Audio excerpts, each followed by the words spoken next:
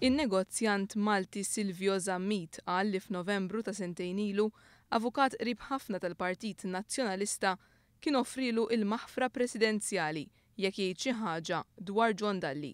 Silvio Zammit jinsab mixli li talab 60 miljun euro lill-kumpanija Żvediża Swedish Match sabiex jinfluwenza d-Direttiva Ewropea dwar it-tabak. Fi stqarrija lill-ġurnalist fil-qorti, Zammit qal li l-eks Kummissarju Ewropew John Dalli ma kellux jaqsam xejn mal-allegat tixħim fl-industrija tat-tabak u ma kien jaf xejn x'qed jiġri. Il-ħamis kellha tkompli tinstema' l-kompilazzjoni fil-konfront ta' Silvio Zammit iżda l-każ kien differit għall-10 ta' Lulju. Silvio Zammit stqarr li meta kien arrestat, l-eks kummissarju John Rizzo qallu l-kliem hu kollox fuqek la ma trid tgħid xejn. Skont Zammit, dan il-kliem intqal fil-preżenza ta' deputat kummissarju, assistent kummissarju u l-ispettur Angelo Gafà.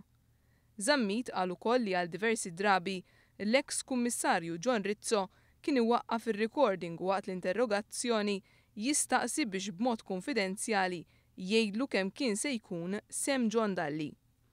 Zammit sostna li kien jitolbu jagħmel l-istess domandi waqt li jkun irrekordjat, imma John Rizzo qatt ma kien jagħmel dan. Intant fi stqarrija l-ħamis filgħodu, l-eks Kummissarju Ewropew John Dalli irrefera għal diskors ta' Simon Busuttil fil-Parlament l-4 filgħaxija u qal li dan id-diskors huwa doża oħra ta' diżonestà minn Simon Busuttil. Fid-diskors tiegħu Simon Busuttil attakka bl-aħrax lill-Kummissarju tal-Pulizija wara ittra ta' Giovanni Kessler, Direttur Ġenerali tal-Olaf, lill-Speaker. Dan f'jum ta' botta u risposta bejn Dalli u Kessler dwar l-investigazzjoni f'dan il-każ. Bħal Don Quixote, Simon Busuttil lebbed biex jattakka lil dawk li jobot l-aktar għal John Dalli. Dalli kompla jistaqsi jekk Busuttil għandu xi informazzjoni minn ġewwa mill-Olaf dwar it-talba li għamlet l-istess Olaf lill-Pulizija Lokali. Talba illi l-bieraħ il-Kummissarju tal-Pulizija qal li ma kellix bażi legali.